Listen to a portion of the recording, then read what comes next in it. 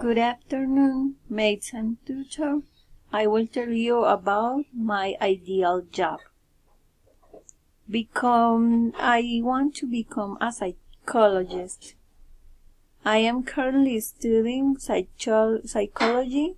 My ideal job would be as an organizational psychologist with a good salary, about 2 million pesos.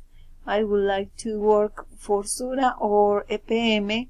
This schedule, I would like to go out of the office. I have free weekends to travel and share with my family. I would like to have a large office and be in charge of a group of work in order to demonstrate my abilities as a psychologist and a boss. Thank you all.